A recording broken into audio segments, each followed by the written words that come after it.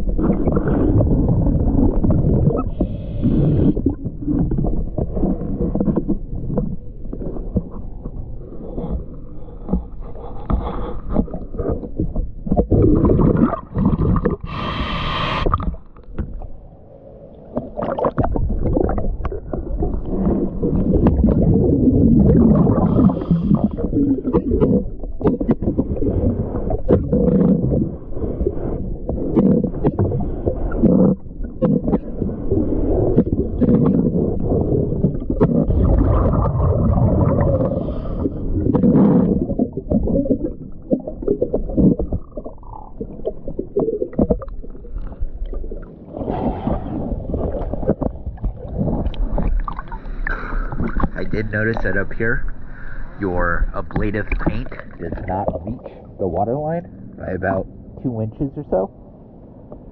So that's where a lot of your hard growth gets, because this gel coat does not help reduce your growth like the ablative does.